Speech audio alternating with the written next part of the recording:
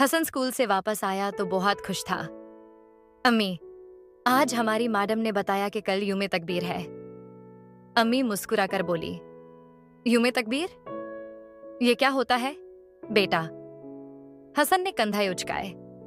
मुझे सही से नहीं पता, मैडम ने सिर्फ कहा कि यह पाकिस्तान के लिए बहुत अहम दिन है। उसी वक्त दादा अब्बू कमरे में आए, उनके हाथ में चाय का कप था।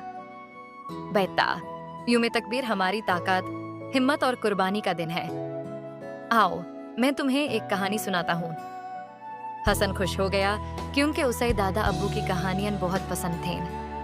बेटा, बात है 28 मई 1998 की, जब पाकिस्तान ने दुनिया को बताया कि वो कमजोर नहीं। उस दिन हमारे मुल्क ने चागी के पहाड़ों में एटमी धमाके किए। ये आसान फैसला नहीं था। दुश्मन हमें धमकियां दे रहा था, मुल्क पर दबाव था, लेकिन हमारे साइंसदान, फौजी और लीडर सब एक साथ खड़े हो गए। डॉक्टर अब्दुल कदीर खान और उनकी टीम ने